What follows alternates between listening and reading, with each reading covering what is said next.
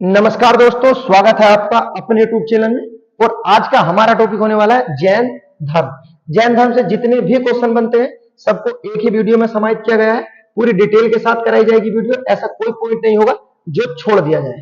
पूरी वीडियो दर्शाई गई है चार्ट के माध्यम से, जिस तरह से हमारी अन्य वीडियो भी कराई जाती है। यदि आपने अन्य वीडियो नहीं देखी, आप प्लेलिस्ट में जा सकते हो और प्लेलिस्ट में सबको इसी तरह से कराया गया है कि एक ही वीडियो में पूरा जैन धर्म कंप्लीट करते हैं। ऐसा कोई पॉइंट नहीं होगा जो छोड़ दिया जाए।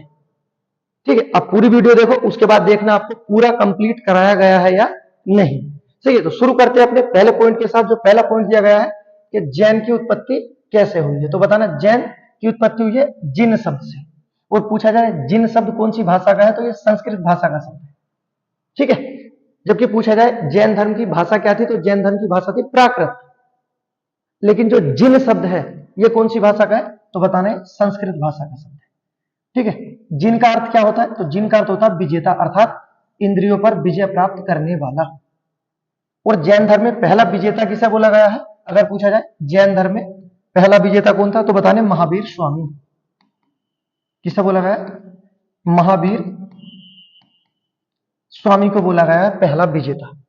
ठीक है, उसके बाद देखते हैं नेक्स्ट अगला पॉइंट जो दिया गया है संस्थापक। अब देखो संस्थापक से दो क्वेश्चन बनते हैं, और क्यों दो बनते हैं दोनों पर बात करेंगे। पहले क्या दिया गया है, संस्थापक किसे बोला गया है, तो जो प्रथम तीर्थंकर थे जिनका नाम है ऋषभदेव या आदिनाथ, इन्हें बोला गया है जैन धर्म का संस्थापक। ठीक है, जबकि जैन धर्म का वास्तविक संस्थापक किसे बोला गया, महावीर स्वामी को। ऐसा क्यों, तो ये याद रखना, महावीर स्वामी को जैन धर्म का वास्तविक संस्थापक इसलिए बोला जाता है क्योंकि महावीर स्वामी ने जैन धर्म को संगठित और व्यवस्थित रूप दिया है। तो संगठित और व्यवस्थित रूप देने के कारण जैन धर्म का वास्तविक संस्थापक किसे बोला गया है, क्या ना, महावीर स्वामी को। और ये कौन से तीर्थंकर थे या कौन से गुरु थे, तो बताना ये 24वें गुरु थे जो अंतिम थे। ठीक है, उसके बाद नेक्स्ट पॉइंट जो है हमारा दिया गया है कि जैन धर्म में कुल कितने तीर्थंकर हुए, तो बताना जैन धर्म में कुल 24 तीर्थंकर हुए। तीर्थंकर का अर्थ क्या होता है, तो याद रखना, ऐसा व्यक्ति जो बिल्कुल बंधनहीन हो, बंधनहीन, जो कहीं बंधा हुआ ना हो। ठीक है, अन्य नाम से भी जाना जाता है, और क्या कहते हैं इन्हें, तो बताना मार्ग दिखाने वाला। मार्ग दिखाने वाला क्या बोलते हैं, ठीक है, जैन धर्म में तीर्थंकर ही बोला गया है। पहचान कैसे होती थी कि कौन जैन धर्म का तीर्थंकर बनेगा, जैसे हमने सुना 24 तीर्थंकर हुए, तो याद रखना जिनके जन्म से 15 माह पूर्व रत्नों की वर्षा हुई हो तो पता चल जाता था वही क्या होगा, अगला तीर्थंकर होगा। ऐसा बोला गया है जैन धर्म में। तो तीर्थंकर के बारे में जो तीन चीजें बोली गई हैं कि बंधनहीन, मार्ग दिखाने वाला और जन्म से 15 माह पूर्व रत्नों की वर्षा हुई है, उसे क्या बोला गया है, तीर्थंकर बोला गया है। तीनों पॉइंट हमारे एग्जाम में आए हैं। ठीक है, उसके बाद देखते हैं नेक्स्ट अगला पॉइंट जो दिया गया है, महावीर स्वामी के नाम दिए गए हैं कि महावीर स्वामी को महावीर स्वामी से अन्य किन नामों से जानते हैं, तो याद रखना यापनीय, कुरुचक्र, श्वेतपट और निर्ग्रंथ। क्या अन्य नाम भी है, तो कहना सर अन्य नाम भी है। अन्य नाम क्या है महावीर स्वामी को, बताना पंचवीर। पंचवीर, उसके बाद अतिवीर, पंचवीर, अतिवीर, उसके बाद वर्धमान, अन्य नामों में आता सन्मति। ठीक है, तो ये नाम है, यहां से बहुत क्वेश्चन बनते हैं, आपको याद रखना पंचवीर, अतिवीर, वर्धमान, सन्मति, निर्ग्रंथ, श्वेतपट, कुरुचक्र और यापनीय किसके नाम है, सब महावीर स्वामी के नाम है। एक भी ऐसा पॉइंट नहीं होगा जो छोड़ दिया जाए। ठीक है, पूरी वीडियो को डिटेल से देखो, पूरी वीडियो को विस्तार पूर्वक देखो, ऐसा कोई पॉइंट नहीं होगा जो आपका छोड़ दिया जाए। देखो जिस तरह से महावीर स्वामी के नाम दिए गए अन्य नाम, इसी तरह से हमारे गौतम बुद्ध के नाम भी पूछे जाते हैं। अगर पूछे जाए गौतम बुद्ध के नाम बताओ, तो उनके नाम भी याद रखना। इन्हें बोलते हैं शाक्य मुनि के नाम से जानते हैं। अन्य नाम तथागत, लोकजीत, मुनिंद्र और सुगत। अगर पूछा जाए ये किसके नाम है, तो बताना गौतम बुद्ध के, जबकि महावीर स्वामी के अन्य नाम है। यहां से क्वेश्चन बनते हैं। ठीक है, आप समझना कि किस तरह से किसका नाम पूछा गया है। एक क्वेश्चन इसी तरह से पूछा जाता है बिल्कुल छोटा सा बारीकी तौर पर पूछा जाता और हमारा दिमाग से वो हट जाता है। तो आप पूरा समझना किसका क्या नाम है। अगला देखो नेक्स्ट, यहाँ पर जो दर्शाया गया है टोटल 24 तीर्थंकरों को दिखा दिया गया है। यहां से क्वेश्चन बनते हैं कि निम्नलिखित में से कौन से जैन धर्म के तीर्थंकर हुए या कौन से निम्नलिखित में से जैन धर्म के तीर्थंकर नहीं हुए। इनमें जो महत्वपूर्ण व्यक्ति है उसके बारे में जो हम पढ़ेंगे डिटेल में, जैसे आपके ऋषभ देव हो गए, अरिष्ट नेमि हो गए, पार्श्वनाथ हो गए और महावीर स्वामी हो गए। ठीक है, 24 गुरुओं में। लेकिन 24 गुरुओं में जो आपको मेन चीज याद रखनी है कि ये 24 गुरु में जो आपके दिए गए हैं, एक तो पहले ऋषभ देव जिनका प्रतीक क्या था, बैल, आपको याद रखना है। उसके बाद 12वें वासु पूज्यनाथ, ठीक है, जिनका प्रतीक क्या था, भैंसा। उसके बाद जो व्यक्ति दिए गए अरिष्ट नेमि 22वें, जिनका प्रतीक क्या था, शंख। और महावीर स्वामी जिनका प्रतीक क्या था, शेर। ठीक है, देखो 24 गुरुओं में से ये 4 ऐसे गुरु हैं जिन्होंने अपने प्राण अलग अलग स्थानों पर त्यागे हैं, जबकि जैन धर्म के 24 गुरुओं में से 20 गुरु ने अपने प्राण एक ही स्थान पर त्यागे हैं, जिसे क्या बोलते हैं हम आज समेध शिखर बोलते हैं। कि जैन धर्म के कितने गुरुओं ने समेध शिखर पर अपने प्राण त्यागे हैं, तो बताना 20 गुरुओं ने त्यागे। कहां है समेध शिखर, तो बताना।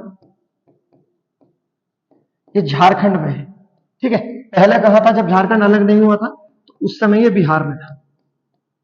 ठीक है, उस समय बिहार था, आज कहां पर है समेध शिखर, झारखंड में। ठीक है, और ये भी याद रखना समेध शिखर को जो जैन धर्म के 23वें गुरु हैं जिनका नाम है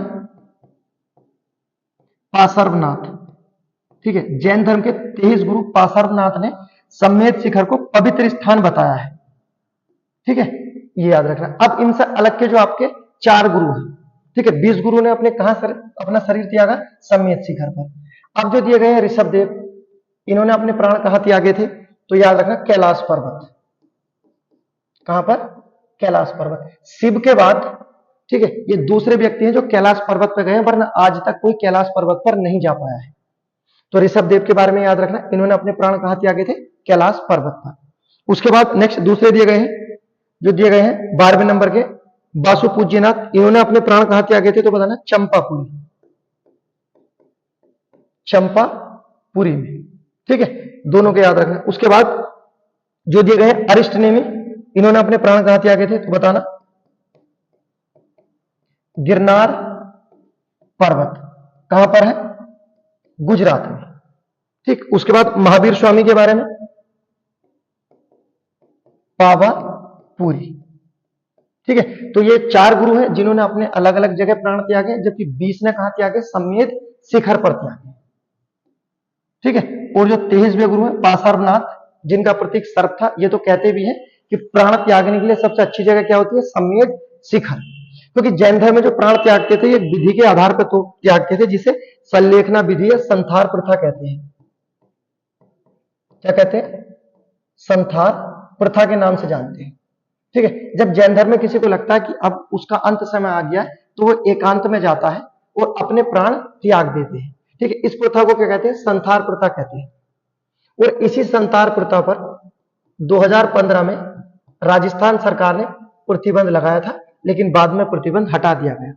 तो संथार प्रथा पूछी जाती है किस धर्म से संबंधित है, बताना जैन धर्म से। होता क्या है, एकांत में जाकर जब पता चल जाए अपना अंत समय आ गया है और अपने प्राण त्याग देते रहे। ठीक है, संथार प्रथा जैन धर्म से संबंधित है, याद रखना। तो इसी तरह से जो बताया गया है, यहाँ से 24 गुरु हैं, इनसे क्वेश्चन बनते हैं। उम्मीद करता हूं आपकी समझ में आया होगा।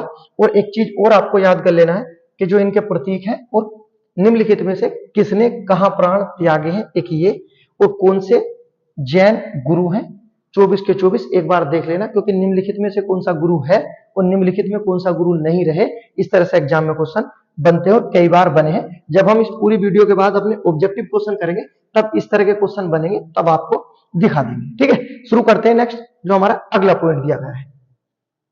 अगले पॉइंट में क्या दिया गया है, अगले पॉइंट में दिया गया है ऋषभ देव और अरिष्ट नेमि का उल्लेख ऋग्वेद में मिलता है। कितने गुरु का, 2 का। पहले ऋषभ देव और उसके बाद अरिष्ट नेमि का उल्लेख कहां मिलता है, ऋग्वेद में। अरिष्ट नेमि के बारे में तो ये बोला गया है कि इन्हें भगवान कृष्ण का निकट संबंधी बताया गया। कितना निकट, ये चचेरे भाई थे। ठीक है, ऐसा याद रखना है कि कृष्ण का चचेरा भाई किसा माना गया है, क्या ना, अरिष्ट नेमि। जबकि ऋषभदेव का उल्लेख भी ऋग्वेद में मिलता है। आपको ऋषभदेव के बारे में याद रखना कि ऋषभदेव को विष्णु का 8वां अवतार बताया गया है। ठीक है, कि ऋषभदेव को विष्णु का कौन सा अवतार बताया गया है, 8वां अवतार बताया गया है, आपको याद रखना है। उसके बाद नेक्स्ट जो ऋषभदेव जो पहले गुरु थे, इनका जन्म पूछा जाता है कहां पर हुआ था, तो बताना। अयोध्या में इनका जन्म हुआ था। जबकि जैन धर्म वाले अयोध्या को किस नाम से जानते हैं, ये साकेत कहते हैं। और आपको ये भी याद रखना है कि साकेत अयोध्या का प्राचीन नाम है। तो ऋषभदेव का जन्म कहां हुआ था, बताना, अयोध्या में हुआ था। ठीक है, उसके बाद अयोध्या से क्वेश्चन बनता है कि जैन धर्म में सबसे पवित्र नगर कौन सा है, पवित्र नगर किसा बताया गया है, तो जैन धर्म में सबसे पवित्र नगर बताया गया है अयोध्या को। क्यों, क्योंकि यहां पर पहले गुरु का जन्म हुआ था ऋषभदेव का। ठीक है, और कौन सा अवतार माना गया है, तो बताना, विष्णु का 8वां अवतार माना गया है। जबकि गौतम बुद्ध को, गौतम बुद्ध की बात कर रहा हूं मैं, गौतम बुद्ध को विष्णु का 9वां अवतार बताया गया है। ठीक है, दोनों अवतार किसके हैं, विष्णु के हैं। ऋषभदेव 8वें और गौतम बुद्ध 9वें अवतार के रूप में बताए गए। ठीक है, याद रखना। उसके बाद देखते हैं नेक्स्ट अगला पॉइंट जो दिया गया हमारा, पार्श्वनाथ के बारे में दिया गया है कि जैन धर्म के, ठीक है, कौन से 23वें तीर्थंकर हुए। इनके पिता का नाम क्या था, अशुभसेन, काशी के राजा थे। माता का नाम प्रभावती। और ज्ञान की प्राप्ति 30 वर्ष की अवस्था में होती है। ठीक है, कितने वर्ष की तपस्या के बाद, 12 वर्ष की तपस्या के बाद। किसके बारे में बात है ये, पार्श्वनाथ के। पार्श्वनाथ के बारे में अन्य जो आपको चीजें याद रखनी है कि जैन धर्म में प्रचार करने वाले पहले गुरु कौन थे या पहले तीर्थकर कौन थे, तो बताना, पार्श्वनाथ। ठीक है, इन्होंने अपने अनुयायियों को 3 वस्त्र पहनने की अनुमति दी थी। ठीक है, किस गुरु ने 3 वस्त्र पहनने की अनुमति दी थी, कहना, पार्श्वनाथ। उसके बाद इससे पहले जब गुरु उपदेश देते थे नारी प्रवेश नहीं लेती थी, तो नारियों को प्रवेश देने वाले व्यक्ति कौन है, नारियों को प्रवेश। ठीक है, नारियों को प्रवेश दिलाने वाले पहले व्यक्ति कौन है, तो बताना, 23वें गुरु पार्श्वनाथ रहे। ठीक है, इनके बारे में ये बहुत महत्वपूर्ण चीज है कि प्रचार करने वाले 3 वस्त्र पहनने की अनुमति और नारियों को प्रवेश देने वाले पार्श्वनाथ थे। उसके बाद नेक्स्ट ये 4 संकल्प देते हैं जिन्हें प्रमुख शिक्षाएं बोला गया है। इसे बोला जाता है 4 संकल्प। ये 4 संकल्प जैन धर्म में किसके द्वारा दिए गए, बताना, पार्श्वनाथ द्वारा। कौन कौन से 4 संकल्प देख लेते हैं। पहला क्या दिया गया है, हिंसा ना करना। उसके बाद सदा सत्य बोलना। उसके बाद जो दिया गया है, चोरी ना करना। उसके बाद अधिक संपत्ति ना रखना। तो 4 संकल्प किसके द्वारा दिए गए हैं, बताना, पार्श्वनाथ। उसके बाद नेक्स्ट 5वां संकल्प जो जोड़ा जाएगा वो महावीर स्वामी द्वारा जोड़ा जाएगा, जिसे कहेंगे हम पंचाव्रत या अणुव्रत। को जो जोड़ा जाएगा वो होगा ब्रह्मचर्य। ठीक है, उसके बाद देखते हैं नेक्स्ट अलग से जो दिया गया है, देखो ऋषभदेव के बारे में। ऋषभदेव गोमतेश्वर बाहुबली की मूर्ति कर्नाटक के कौन से में है भैया, याद रखना, हसन जिले में। और कहां पर, श्रवण बेलगोला में। कितनी ऊंची है, ये कई बार एग्जाम में पूछा जाता है, 17.5 फीट ऊंची। क्वेश्चन बनता है यहां से, याद रखना। उसके बाद देखते हैं नेक्स्ट अन्य जानकारी। अब आ गए आपके महावीर स्वामी। जैन धर्म में सबसे ज्यादा क्वेश्चन जो बनते हैं महावीर स्वामी से बनते हैं। इन्हें देखेंगे पूरी डिटेल में बारीकी के साथ। पहला पॉइंट क्या दिया गया, जैन धर्म के 24वें अंतिम तीर्थंकर। जन्म कब हुआ था, 540 ईसा पूर्व, कुंडल ग्राम वैशाली में इनका जन्म हुआ। उसके बाद नेक्स्ट इनके पिता का नाम सिद्धार्थ था, जो किस कुल के सरदार थे, तो याद रखना, ज्ञात्रिक कुल के सरदार थे और क्षत्रिय कुल से संबंधित थे। माता का नाम त्रिशला, जो कि लिच्छवी नरेश चेटक की बहन थी। उसके बाद इनके बचपन का नाम क्या रहा, तो बताना, वर्धमान। भाषा क्या थी जैन धर्म की, पूछी जाती है तो प्राकृत। लेकिन अगर पूछी जाए जैन धर्म की पहली भाषा क्या थी, तो बताना, अर्धमागधी थी। लेकिन अगर नॉर्मल पूछा जाए भाषा क्या है, तो बताना, प्राकृत। उसके बाद पत्नी कौन थी, यशोदा। कुंडनीय गोत्र की कन्या थी। याद रखना कौन से गोत्र की थी, कुंडनीय गोत्र की कन्या थी। उसके बाद देखते हैं नेक्स्ट अगला जो दिया गया है, पुत्री के बारे में दिया गया है। इनकी पुत्री का नाम अन्योजा, लेकिन मेन जो नाम मिलता है हमें प्रियदर्शनी मिलता है। जिसका विवाह किसके साथ होता है, इनकी पुत्री का विवाह होता है जमाली के साथ। किसके साथ होता है, जमाली के साथ। ये इनका प्रथम अनुयायी भी बनेगा, इनका दुश्मन भी यही बनेगा। उसके बाद देखते हैं नेक्स्ट गृह त्याग के बारे में। कितने वर्ष की आयु में महावीर स्वामी गृह त्याग कर देते हैं, तो याद रखना 30 वर्ष की आयु में अपने बड़े भाई का नाम याद रखना पूछा गया है, नंदी वर्मन से आज्ञा लेकर महावीर स्वामी गृह त्याग कर देते हैं। तो महावीर स्वामी कितने वर्ष की आयु में गृह त्याग कर रहे हैं, 30। किससे अनुमति लिए, व्यक्ति का नाम याद रखना नंदी वर्मन। एक ही क्वेश्चन पूछा जाता है बस नंदी वर्मन से, यही कि महावीर स्वामी ने जब घर त्यागा था किससे अनुमति ली थी, नंदी वर्मन से। ठीक है, 30 वर्ष की आयु में। उसके बाद 12 वर्ष 6 माह 15 दिन की कठोर तपस्या के बाद रिज्जुपालिका नदी जाम्बिक ग्राम में इन्हें ज्ञान की प्राप्ति हो जाती है। और जैन धर्म में ज्ञान की प्राप्ति को क्या बोला गया है, केवल्य बोला गया है। तो ये भी याद रखना केवल्य क्या है, तो कहना ज्ञान की प्राप्ति। ठीक है, ये जो ज्ञान की प्राप्ति होती है कब होती है, तो बताना वैशाख पूर्णिमा के 10वें दिन। वृक्ष क्या आता है जहां पर तपस्या करते हैं, साल का वृक्ष होता है। महावीर स्वामी जहां तपस्या करते हैं कौन सा वृक्ष है, साल का वृक्ष। उसके बाद नेक्स्ट महावीर स्वामी का निर्वाण, मैंने आपको बताया था निर्वाण का शब्द होता है दीपक का बुझ जाना। जो मैंने बौद्ध धर्म कराया था उसमें बताया था निर्वाण का क्या अर्थ होता है, दीपक का बुझ जाना। और ये निर्वाण शब्द महापुरुषों के लिए प्रयोग किया जाता है, जैसे महावीर स्वामी थे। ठीक है, ये आपके पास सर्वनाथ थे, गौतम बुद्ध थे, उन्हीं सब के लिए इस्तेमाल किया जाता है। अन्य साधारण व्यक्तियों के लिए निर्वाण शब्द का प्रयोग नहीं किया जाता है। साधारण व्यक्तियों के लिए मृत्यु शब्द का प्रयोग किया जाता है। ठीक है, अब बात कर लेते हैं इनकी मृत्यु कब हुई, 468 ईसा पूर्व। कहां पर, पावापुरी में हुई, 72 वर्ष की आयु में। तो इनके बारे में याद रखना। उसके बाद देखते हैं नेक्स्ट, इन्होंने प्रथम उपदेश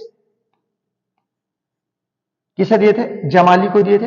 कहां पर, बराकर नदी के किनारे पर दिए थे। ठीक है, ये जमाली ही होगा जो इनकी लड़की के साथ विवाह भी करता है और इनका दुश्मन भी। अगर पूछा जाए महावीर स्वामी का दुश्मन, तो बताना इनका दामाद था जिनका नाम था जमाली या जमाली, इसी तरह से इसका नाम आ जाता है। उसके बाद देखते हैं नेक्स्ट, ज्ञान प्राप्ति के बाद महावीर स्वामी जब ज्ञान प्राप्त कर लेते हैं, कितने वर्ष की आयु में करते हैं, तो याद रखना 42 वर्ष की आयु में ज्ञान प्राप्त करते हैं, क्योंकि 30 वर्ष में गृह त्याग करते हैं और 12 वर्ष की तपस्या करते हैं। ठीक है, कितने वर्ष में, 42 वर्ष की आयु में महावीर स्वामी क्या कहलाए, जिन कहलाए, जिसे कहते हैं हम विजेता, अर्थात इंद्रियों पर विजय प्राप्त करने वाला। उसके बाद क्या बोला गया इन्हें, अरहत बोला गया, अर्थात पूज्य व्यक्ति के आप पूज सकते हो। और आगे क्या बोला गया है, निग्रंथ, अर्थात बंधनहीन व्यक्ति, जिसे क्या बोला जाता है, तीर्थंकर भी बोला जाता है। ठीक है, तो कितने वर्ष की आयु में ज्ञान प्राप्त करते हैं, तो बताना 42 वर्ष की आयु में ज्ञान प्राप्त कर लेते हैं। उसके बाद देखते हैं नेक्स्ट पॉइंट दिया गया है, जैन धर्म की कुछ विशेषता दी गई है। जैसे जैन धर्म ने अपने आध्यात्मिक विचार कहां से लिए हैं, तो बताना सांख्य दर्शन से लिए हैं। और सबसे प्राचीन दर्शन कौन सा है, सांख्य दर्शन है। और इसके बारे में यह भी याद रखना, जैन धर्म और बौद्ध धर्म दोनों ने यहां से क्या लिए हैं, विचार लिए हैं। कौन से दर्शन से, जैन धर्म और बौद्ध धर्म ने विचार लिए, कहना सांख्य दर्शन से। ठीक है, उसके बाद जैन धर्म अनिश्वरवाद है, अर्थात ये ईश्वर को नहीं मानता। ठीक है, जैन धर्म के अनुसार अगर पूछा जाता है कि जैन धर्म के अनुसार सृष्टि को कौन चलाता है, तो कहना जैन धर्म के अनुसार सृष्टि अपने आप चलती है, इसे कोई चलाने वाला व्यक्ति नहीं है, क्योंकि ये ईश्वर को नहीं मानते हैं। ठीक है, उसके बाद अगला क्या देखा है, जैन धर्म में आत्मा की अमरता है, मतलब आत्मा को माना गया है। पुनर्जन्म में विश्वास रखते हैं। वैदिक कर्मकांड का विरोध करते हैं, वेदों का विरोध किया गया है, क्योंकि वेदों में मूर्ति पूजा को बढ़ावा दिया गया था, इन्होंने मूर्ति पूजा का विरोध किया है। तो याद रखना वैदिक कर्मकांड और मूर्ति पूजा दोनों का क्या किया है, विरोध किया है। मूर्ति पूजा का विरोध बौद्ध धर्म द्वारा भी किया जाता है। ठीक है, आगे क्या दिया गया, अस्पृश्यता और जाति प्रथा का विरोध किया गया है। हाँ, किया गया है, बौद्ध धर्म में भी अस्पृश्यता और जाति प्रथा का विरोध किया गया है। उसके बाद नेक्स्ट, कर्मवाद पर बल दिया है। हाँ, कर्मवाद में विश्वास रखते थे और इनका मानना था कि आप जब अच्छे कर्म करोगे जब कर्म अच्छे करोगे तो आपको पुनर्जन्म होगा, और जन्म जो होगा पुनर्जन्म वो अच्छा जन्म होगा। ठीक है, और आपका जो जन्म होगा किस आधार पर होगा जैन धर्म में, तो बताना कर्मों के आधार पर आपका जन्म होगा। तो एक कर्मवाद में ज्यादा विश्वास रखते थे। उसके बाद देखते हैं नेक्स्ट दिया गया है जैन धर्म में 5 महाव्रत जो है, जिसे क्या बोला जाता है, 5 महाव्रत या अणुव्रत भी बोला जाता है। जैन धर्म में कितने अणुव्रत है, कहना 5 अणुव्रत है। पहला क्या है, पहला दिया गया है अहिंसा, ठीक है। उसके बाद दूसरा सत्य, सत्य बोलना। अस्त्य, अगर पूछा जाए अस्त्य का अर्थ क्या होता है तो बताना चोरी ना करना। उसके बाद अपरिग्रह, इसका अर्थ होता है ज्यादा संपत्ति ना रखना। उसके बाद लास्ट में जो महावीर स्वामी द्वारा जोड़ा गया था क्या था, ब्रह्मचर्य। तो 4 संकल्प किसके द्वारा दिए गए हैं, तो 4 संकल्प दिए गए हैं 23वें गुरु पाशर्वनाथ द्वारा, ठीक है। जबकि 5वां संकल्प किसके द्वारा जोड़ा गया, महावीर स्वामी। कौन सा संकल्प है, ब्रह्मचर्य, ठीक। और ये टोटल मिलकर बन जाते हैं, ठीक है, पंचाव्रत, महाव्रत या अणुव्रत, इन नामों से आते हैं। तो याद रखना 5 व्रत किससे संबंधित है, जैन धर्म से। उसके बाद नेक्स्ट जैन धर्म के त्रिरत्न दिए गए हैं। सम्यक दर्शन, अपनी दृष्टि सही रखना। ज्ञान व्यवस्थित रूप से प्राप्त करना, सम्यक ज्ञान, और सम्यक आचरण सही रखना। तो जैन धर्म के त्रिरत्न याद रखना है, सम्यक दर्शन, सम्यक ज्ञान और सम्यक आचरण, ठीक। उसके बाद देखते हैं नेक्स्ट क्या दिया गया है। अब दिया गया है प्रथम उपदेश के बारे में, कि महावीर स्वामी ने प्रथम उपदेश किसे दिए थे, जमाली को दिए थे। पूछा जाए कहां दिए थे तो बताना राजगृह में। कौन सी नदी के किनारे दिए थे, नदी याद रखना, नदी कौन सी है, बराकर नदी। उसके बाद किस भाषा में दिए थे, तो याद रखना महावीर स्वामी ने अपने प्रारंभिक उपदेश या पहले उपदेश किस भाषा में दिए, अर्धमागधी में। और पहले के बाद जितने भी उपदेश दिए सब किस में दिए, प्राकृत भाषा में, ठीक है। तो आपको याद रखना जैन धर्म से संबंधित 3 भाषाएं हो गई। आपको कैसे याद रखना है, अगर पूछा जाए प्रथम उपदेश तो बताना अर्धमागधी में, अगर पूछा जाए सर्वाधिक उपदेश तो प्राकृत भाषा में। और जैन धर्म में जो जिन शब्द की उत्पत्ति हुई है यह किस शब्द से हुई है, किस भाषा से हुई है, तो ये संस्कृत भाषा से हुई है। तो जैन धर्म में जिन शब्द की उत्पत्ति किस शब्द से हुई है, तो बताना संस्कृत शब्द से। पहले उपदेश अर्धमागधी में, सर्वाधिक प्राकृत में। तो इस तरह से 3 भाषाएं हैं, आपको याद रखना है। उसके बाद देखते हैं नेक्स्ट महावीर स्वामी के अनुयायी क्या कहलाए, निर्ग्रंथ कहलाए। इनके प्रथम अनुयायी कौन थे, तो व्यक्ति का नाम याद रखना, जिसे पहला उपदेश दिया वही प्रथम अनुयायी है जमाली। यही इनका दुश्मन है, यह भी आपको याद रखना है, और यह दामाद भी है। उसके बाद देखो नेक्स्ट जो पॉइंट दिया गया है, महावीर स्वामी की प्रथम भिक्षुणी कौन थी, तो प्रथम भिक्षुणी की बात हो रही है, कौन थी, चंपा थी। और चंपा कौन थी, तो ये दधिवाहन की पुत्री थी। उससे अलग जो आपको याद रखना है कि जिस समय भिक्षुणी संघ की समिति होती थी या मीटिंग होती थी, तो उसकी अध्यक्षता कौन करती थी, तो महिला का नाम याद रखना, चंदना करती थी, ठीक है। तो समझना पहले क्या है, प्रथम भिक्षुणी कौन है, अगर भिक्षुणी पूछी जाए तो चंपा है। लेकिन जो भिक्षुणी संघ का सम्मेलन होता था उसकी अध्यक्षता कौन करती थी, चंदना नामक महिला करती थी। तो दोनों ही चैस है, याद रखना, चंपा भिक्षुणी है और चंदना अध्यक्षता करती थी, ठीक है। उसके बाद देखते हैं नेक्स्ट अगला जो दिया गया है, महावीर स्वामी ने अपने शिष्यों को कितने 11 गंधर्वों में विभाजित किया, जिसे 11 गंधर्व के नाम से जाना जाता है। तो याद रखना महावीर स्वामी ने अपने अनुयायियों को कितने गंधर्वों में विभक्त किया था, तो बताना 11 गंधर्व में विभक्त किया था। उसके बाद नेक्स्ट जो पॉइंट दिया गया, जिस समय महावीर स्वामी जिंदा थे उस समय जितनी भी मीटिंग होती थी उनकी सबकी अध्यक्षता कौन करते थे, तो नाम याद रखना, इंद्रभूति नामक व्यक्ति करते थे। जब तक महावीर स्वामी जिंदा थे उस समय कौन करते थे। उसके बाद नेक्स्ट महावीर स्वामी के बाद जो नेतृत्व करते थे किसके द्वारा किया गया है, तो याद रखना सुधर्मा या सुधर्मा नामक व्यक्ति द्वारा किया गया है, सही है। और इनके बाद यही उपदेशक बन जाते हैं। तो महावीर स्वामी के समय अध्यक्षता कौन करते थे, तो व्यक्ति का नाम याद रखना, इंद्रभूति। और उसके बाद किसने की अध्यक्षता, सुधर्मा या सुधर्मन द्वारा की गई थी। उसके बाद देखते हैं नेक्स्ट जो अन्य तथ्य दिए गए हैं जैन धर्म में। पहला शब्द दिया गया है, क्या दिया गया है, कैबलिन।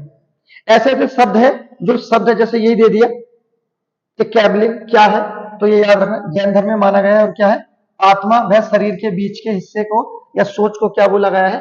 कैबलिन बोला गया है। उससे अगला शब्द दिया गया है जिन, जो कौन सी भाषा का शब्द है? ये हमारा संस्कृत भाषा का शब्द है। कई बार पूछा गया है, क्योंकि ऐसा लगता है कि जैन धर्म में जो हमारी भाषा है प्राकृति है, लेकिन ऐसा नहीं है। संस्कृत और अर्धमागधी का प्रयोग भी किया गया है। तो जिन क्या होते थे? ठीक है, अपनी इच्छाओं पर विजय प्राप्त करने वाले को क्या बोला गया है? जिन बोला गया है। उसके बाद नेक्स्ट निर्ग्रंथ किसे बोला गया है? जो सांसारिक बंधनों से मुक्त हो गया हो, उसे क्या बोला गया है? निर्ग्रंथ बोला गया है।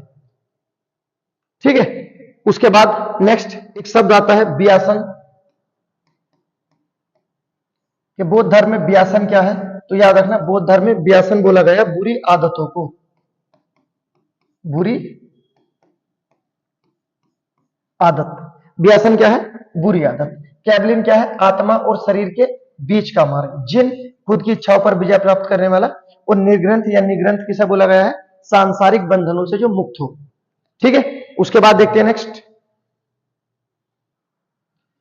अब देख लेते हैं जो दिया गया है नेक्स्ट। अगला जैन सिद्धांत दिए गए हैं, जिसे ज्ञान मीमांसा के नाम से भी जाना जाता है।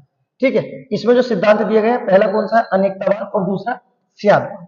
अब देख लेते हैं क्या अनेकतावाद है, क्या स्यादवाद है। अनेकतावाद का क्या अर्थ होता है? तो याद रखना, प्रत्येक जीव और वस्तु के अनेक गुण होते हैं, अर्थात आप किस दृष्टिकोण से उसे देख रहे हैं ये आप पर निर्भर करता है, क्योंकि हर एक जीव और वस्तु में अनेक गुण होते हैं। अनेक गुण होने के कारण इसे क्या बोला गया है? अनेकतावाद बोला गया है। उसके बाद जो दिया गया है नेक्स्ट स्यादवाद, जिसे अन्य किस नाम से जाना जाता है? सापेक्षतावाद। सापेक्षतावाद बोला गया है। स्यादवाद को क्या बोला गया है? सापेक्षतावाद बोला गया है। ठीक है, इसका क्या अर्थ होता है? कि अनेक गुणों को कैबलिन ही जान सकता है। क्या बोला गया है स्यादवाद में? तो ये याद रखना, अनेकतावाद, स्यादवाद और आपका सापेक्षतावाद किससे संबंधित है? तो बताना ये जैन धर्म से संबंधित है। ठीक है, उसके बाद जो आपको याद रखना है कि हम स्यादवाद को अन्य नाम से भी जानते हैं। तो स्यादवाद का एक और नाम आता है, जो आता है शब्दभंगी सिद्धांत। क्या आता है? शब्दभंगी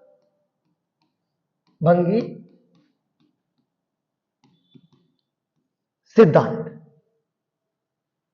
तो सप्तभंगी सिद्धांत किससे संबंधित है? क्या ना?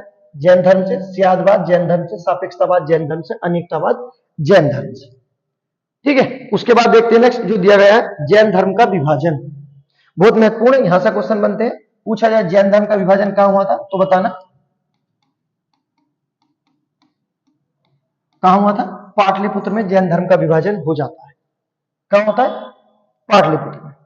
दो हिस्सों में बढ़ जाता है, पहला श्वेतांबर और दूसरा दिगंबर। श्वेतांबर जो सफेद वस्त्र धारण करते थे, ठीक है, जबकि दिगंबर जो बिल्कुल नग्न अवस्था में रहते थे। अब देख लेते हैं इनके बारे में जो दिया गया है। पहले देखते हैं जो दिया गया है श्वेतांबर के बारे में। ठीक है, इनका नेतृत्व किसके द्वारा किया गया? तो याद रखना स्थूलभद्र द्वारा। और ये कैसे वस्त्र पहनते थे? श्वेतांबर सफेद वस्त्र। और श्वेतांबर का सर्वाधिक प्रचार कहां हुआ था? कहना, इनका सर्वाधिक प्रचार उत्तर भारत में हुआ था। ठीक, जबकि जो दिया गया है श्वेतांबर, इसकी एक शाखा है, जो इसकी उपशाखा है, उसे क्या बोलते हैं? स्थानकवासी बोला गया है। तो स्थानकवासी किसकी शाखा है? बताना, श्वेतांबर की है। उसके बाद दिया गया है श्वेतांबर को दक्षिण भारत कौन लेके गया, या इसकी शाखा को कौन लेके गया? तो व्यक्ति का नाम याद रखना, सुहस्ती नामक व्यक्ति श्वेतांबर को दक्षिण भारत लेकर गया था। उसके बाद देखते हैं नेक्स्ट दिगंबर के बारे में। इनका नेतृत्व किसके द्वारा किया गया? भद्रबाहु। ये किस अवस्था में रहते थे? बिल्कुल नग्न अवस्था में। ठीक है, और दिगंबर कहां चले गए? दक्षिण भारत चले गए थे। ठीक है, ये याद रखना। उसके बाद जो इससे अलग क्वेश्चन पूछा जाता है कि दिगंबर को दक्षिण भारत कौन लेके गया था, तो व्यक्ति का नाम याद रखना, चंद्रगुप्त मौर्य लेके गए। ठीक है, कि दिगंबर की जो शाखा थी उसे दक्षिण भारत कौन लेके जाता है? तो मौर्य शासक चंद्रगुप्त मौर्य दक्षिण भारत लेके जाता है। और दक्षिण भारत भी कहां लेके जाता है? तो बताना, ये कर्नाटक। तो जैन धर्म दक्षिण भारत सबसे पहले किस राज्य में गया था? तो बना कर्नाटक में गया। ठीक, उसके बाद नेक्स्ट जो आपको याद रखना है कि चंद्रगुप्त मौर्य ने किससे जैन धर्म की शिक्षा ली थी? तो याद रखना भद्रबाहु नामक व्यक्ति से चंद्रगुप्त मौर्य ने जैन धर्म की शिक्षा ली थी। अर्थात चंद्रगुप्त मौर्य किसके कहने पर जैन धर्म का अनुयायी बना था, तो व्यक्ति का नाम याद रखना भद्रबाहु। ठीक है, उसके बाद देखते हैं नेक्स्ट आगे जो दिया गया है विभाजन के बारे में, यहां से क्वेश्चन बनते हैं। उसके बाद देख लेते हैं नेक्स्ट जो दिया गया है महत्वपूर्ण तथ्य। ठीक है, महत्वपूर्ण तथ्य में पहला क्या दिया गया है, गोमतेश्वर बाहुबली की विशाल मूर्ति जो लगाई गई है कर्नाटक के श्रवणबेलगोला में, किसके द्वारा लगाई गई थी, व्यक्ति का नाम याद रखना चामुंडा राय। और चामुंडा राय किस वंश से संबंधित है, तो याद रखना मैसूर के गंग वंश के प्रमुख मंत्री थे। ठीक, उसके बाद देखते हैं दूसरा पॉइंट जो दिया गया महत्वपूर्ण तथ्य में, मौर्योत्तर काल में मथुरा जैन धर्म का सबसे प्रमुख केंद्र बना। तो मौर्योत्तर काल में जैन धर्म का सबसे प्रमुख केंद्र क्या बना, बताना, मथुरा। उसके बाद दिया गया है नेक्स्ट पॉइंट दिया गया है खजुराहो में जैन मंदिर का निर्माण चंदेल शासकों द्वारा कराया गया था। अगर शासक का नाम पूछा जाए तो शासक का नाम याद रखना धंगदेव है, धंगदेव द्वारा। ठीक है, खजुराहो का जैन मंदिर का निर्माण किसके द्वारा किया गया, कहना चंदेल शासक। अगर शासक का नाम आए तो धंगदेव। उसके बाद नेक्स्ट जो आपको याद रखना है, जैन धर्म से एक महत्वपूर्ण तथ्य आता है दिलवाड़ा का जैन मंदिर। क्या आता है, दिलवाड़ा का जैन मंदिर। दिलवाड़ा का जैन मंदिर कहां स्थित है, तो ये माउंट आबू पर स्थित है।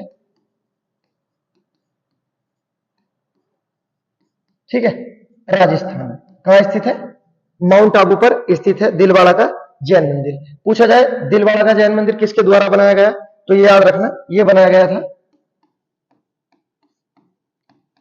बीमल शाह द्वारा। ठीक है, कि दिलवाड़ा का जैन मंदिर किसके द्वारा बनाया गया, बीमल शाह द्वारा। और खजुराहो का मंदिर चंदेल शासकों द्वारा। क्वेश्चन पूछे जाते हैं, बहुत महत्वपूर्ण है। उसके बाद जो आपको देखना है ये दिया गया है जैन तीर्थंकरों की जीवनी किसमें है, कल्पसूत्र में है।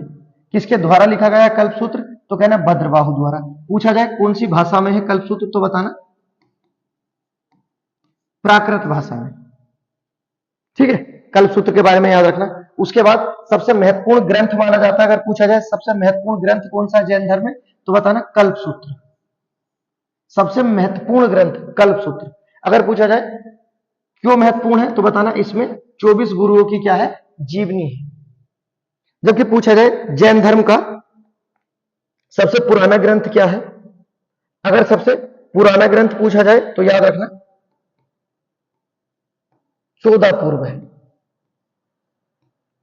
14 पूर्व क्या है, जैन धर्म का सबसे पुराना ग्रंथ है।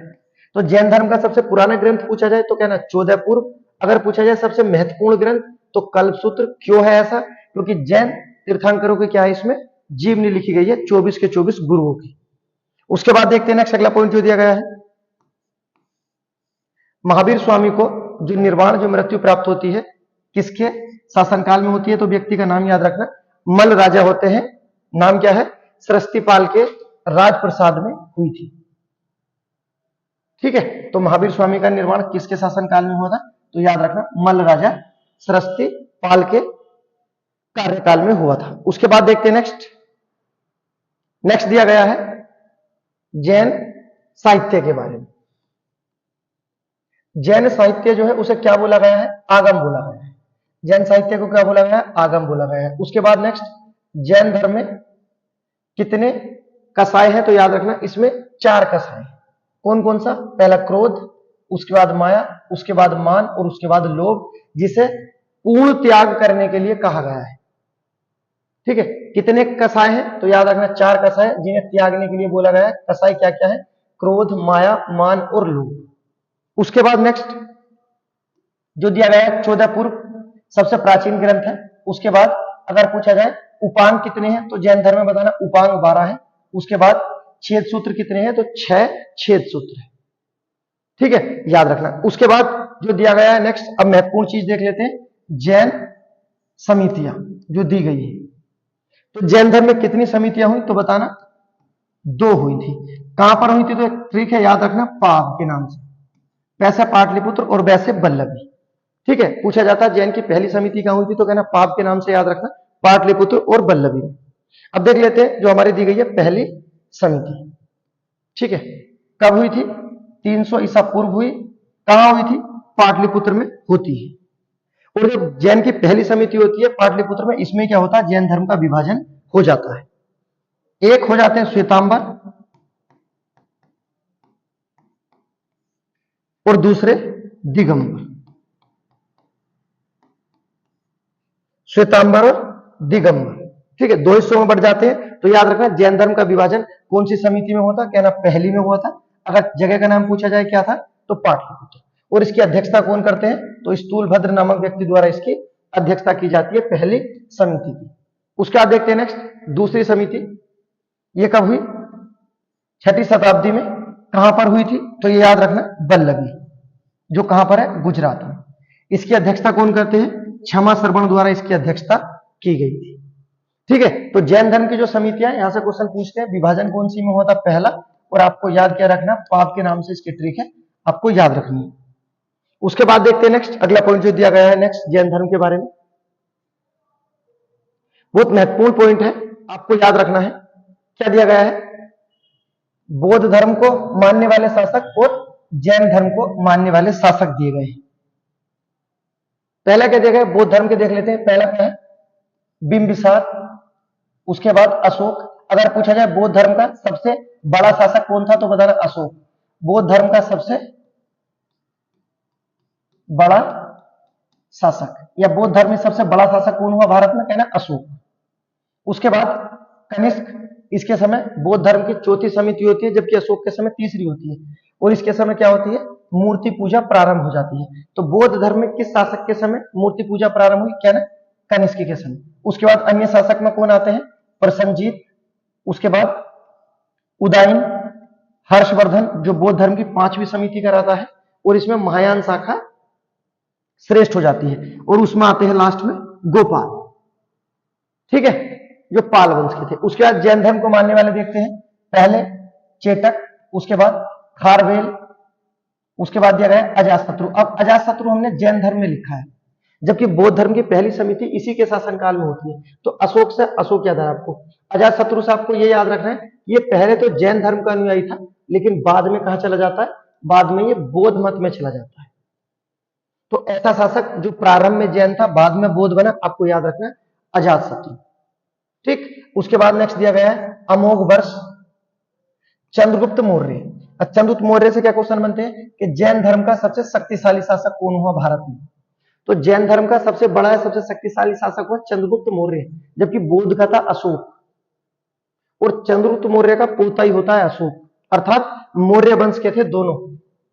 तो मौर्य वंश ही ऐसा वंश था, ठीक है, मौर्य वंश ही ऐसा वंश था जिसके दो बड़े बड़े शक्तिशाली शासक होते हैं। तो याद रखना, जो संस्थापक है मौर्य वंश का चंद्रगुप्त मौर्य, वो जैन धर्म का सबसे बड़ा बनता है। और जो तीसरे नंबर पर आता है अशोक, वो बौद्ध धर्म का सबसे बड़ा शासक बनता है। उसके बाद नेक्स्ट आता है उदयन। ठीक, उदयन जो दिया गया है, पहले क्या होता है ये आपका जैन धर्म में, और बाद में चला जाता है बौद्ध धर्म में। उसके बाद लास्ट में कौन आता है? समप्रीति। तो बौद्ध धर्म और जैन धर्म को मानने वाले कुछ शासक है, कुछ ऐसे हैं जिसने दोनों को माना है, जैसा दिया गया है उदयन और उसके बाद अजातशत्रु। ठीक है, उदयन और अजातशत्रु ने दोनों को माना है, आपको याद रखना है। लेकिन बाद में अजातशत्रु भी और उदयन भी दोनों किसके मानने वाले बन जाते हैं? बौद्ध धर्म के मानने वाले बन जाते हैं।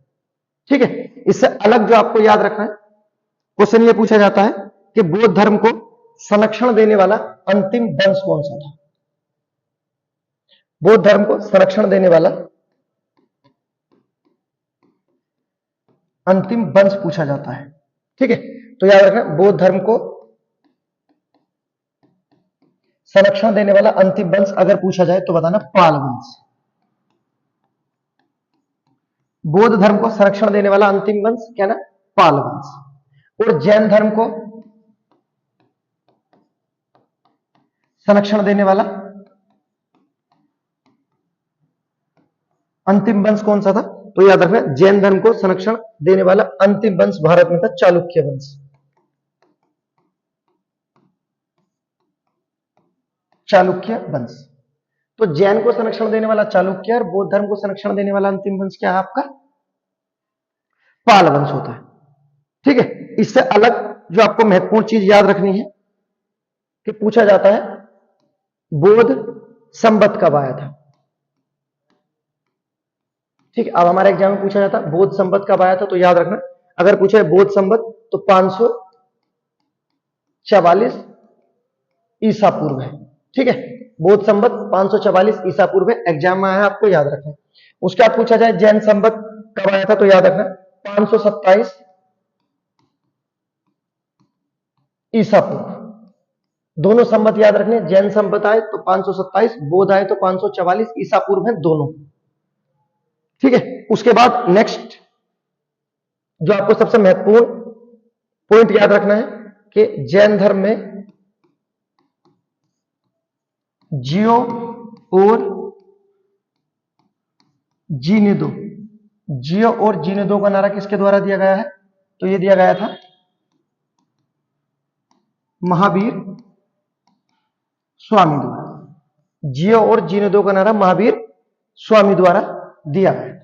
ठीक है, याद रखना है। उसके बाद नेक्स्ट देखते हैं अपना जो हमारा पॉइंट दिया गया है। अब हमारा टॉपिक शुरू हो जाएगा महाजनपद काल। ठीक है, इसे पढ़ेंगे हम चार्ट के माध्यम से।